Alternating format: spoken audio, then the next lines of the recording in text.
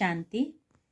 ब्रह्मा कुमारी संस्था की तरफ से जो ये रथ यात्रा की सेवाएं हुई, ये बहुत ही अच्छे ढंग से सेवाएं हुई।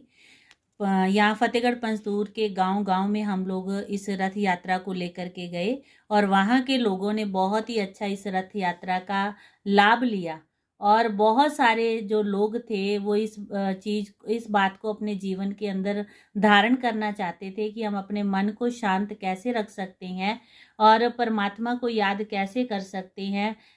बार बार पूछ रहे थे कि दीदी हमें आप इस बात की विधि बताओ भी किस ढंग से हम परमात्मा को याद करें और अपने जीवन को शांत और सुखमय बनाएं। तो इस रथ यात्रा का जो अभियान है वो बहुत ही अच्छा था।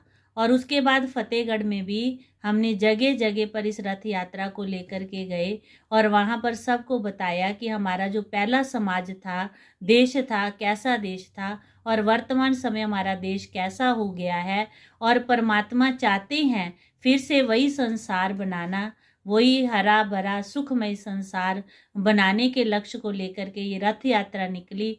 और परमात्मा का भी ये संकल्प है कि जन जन तक मेरा संदेश पहुंचाओ और वो जन जन तक भगवान का संदेश देते हुए ये रथ यात्रा फतेहगढ़ पंजतूर के कोने कोने में गई। यहाँ पर जोगे वाला रोड में ये जो रथ यात्रा अभियान दिखाया गया और वहाँ के काफ़ी लोगों ने इस चीज़ का लाभ लिया। और उसके बाद फिर धर्मकोट रोड में भी और जो फतेहगढ़ पंजतूर का बस स्टैंड है वहाँ पर भी इस रथ यात्रा को लेकर के गए और लोगों ने इसका बहुत ज़्यादा लाभ लिया। और उसके बाद स्कूलों में गए और जब स्कूलों में हम लोग गए तो स्कूल के बच्चे तो बहुत ही ज़्यादा खुश हुए। उन्होंने जब ये कुंभकर्ण की झांकी को देखा तो कुंभकर्ण की झांकी को देख करके उनको एक क्यूरियोसिटी थी कि यहाँ पर क्या दिखाया जाएगा और उनको बुलाने की भी ज़रूरत नहीं पड़ी, अपने आप ही सब बच्चे वहाँ पर इकट्ठे होते गए और उन्होंने जब कुंभकर्ण की झांकी को देखा तो बहुत खुश हुए। और उसके बाद फिर उनको जीवन के बारे में भी बताया गया कि हमने कैसे अपने जीवन के अंदर अच्छे गुणों को धारण करना है, मोबाइल को यूज़ नहीं करना है, माँ बाप की सेवा करनी है और सुबह जल्दी उठना है। उनसे पूछा गया कि कौन सा बच्चा सुबह माँ बाप की एक आवाज़ लगाने से उठ जाता है, तो बहुत बच्चे थे जिन्होंने हाथ नहीं उठाया। तो उनको इस बात के लिए मोटिवेट किया गया कि आप लोगों ने ये संकल्प करना है कि जब सुबह हमें माँ बाप उठाएं तो पहली आवाज़ से हमने उठना है। तो बहुत बच्चों ने ये संकल्प लिया कि हम इस बात को अपने जीवन के अंदर धारण करेंगे। और ये रथ यात्रा सरकारी senior secondary school, primary school, Auckland grammar school और उसके बाद दिल्ली कॉन्वेंट स्कूल और हेमकुंड स्कूल, जगह जगह पर ये रथ यात्रा पहुंची और बहुत सारे बच्चों ने इस चीज़ का लाभ लिया। और उसके बाद इस रथ यात्रा को हम शैलर में लेकर के गए।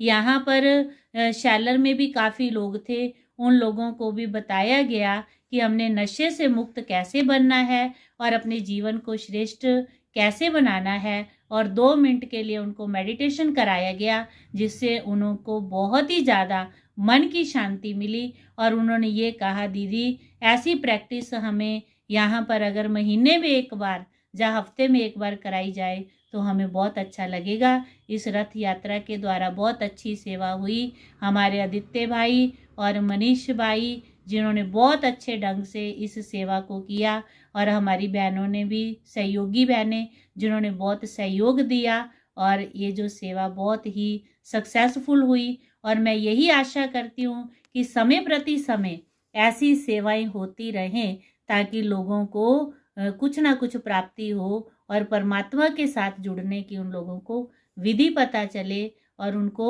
मोटिवेशन मिले। ओम शांति। ओम शांति। मैं बीके सिमरन, फतेहगढ़ पंजतूर। यहाँ पर हम लोगों ने रथ के द्वारा यहाँ फतेहगढ़ पंजतूर में सेवा बहुत अच्छे ढंग से हुई। यहाँ पर जब रथ पहुँचा तो इस रथ का जो मेन लक्ष्य था वो यही था कि नशा मुक्त समाज हमने कैसे बनाना है। और जो हमारा पंजाब पहले हरा भरा पंजाब था और हरा भरा पंजाब हमने किस ढंग से बनाना है और मेडिटेशन का अभ्यास करके हम अपने मन को शांत किस ढंग से रख सकते हैं, इस लक्ष्य को लेकर के ये रथ यात्रा हमारे पास पहुंची।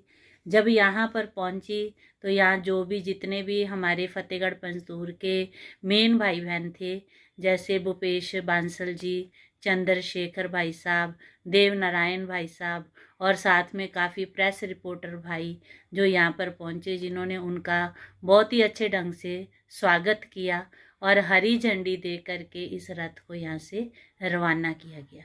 और सबसे पहले ये रथ पहुँचा हमारे यहाँ थाने में। वहाँ पर जो SHO भाई साहब थे, उन्होंने बहुत ही प्यार से इन भाइयों का वेलकम किया और उसके बाद वहाँ पर ये रथ यात्रा का जो अभियान है वो शुरू हुआ और रथ के द्वारा बताया गया कि कुंभकर्ण कौन है। वास्तव में कुंभकर्ण बुराइयों का प्रतीक है। इन बुराइयों से हमने मुक्त कैसे होना है, उसके लिए फिर वहाँ पे कुंभकर्ण की झांकी दिखाई गई, जिसको देख करके जो पुलिस मुलाजिम है वो बहुत ही खुश हुए और उनको नशा मुक्त के बारे में बताया गया। मैं हूं पुनीता मनहास, आपके पसंदीदा और भरोसेमंद चैनल अब तक न्यूज़ चैनल से। अगर आपके पास है कोई खबर या कोई विचार, आप कीजिए हमें नीचे दिए गए नंबर पर संपर्क और हम बनेंगे आपकी आवाज़। प्लीज़ हमारे चैनल को सब्सक्राइब करना मत भूलिए। हम हैं हमेशा आपके साथ। धन्यवाद।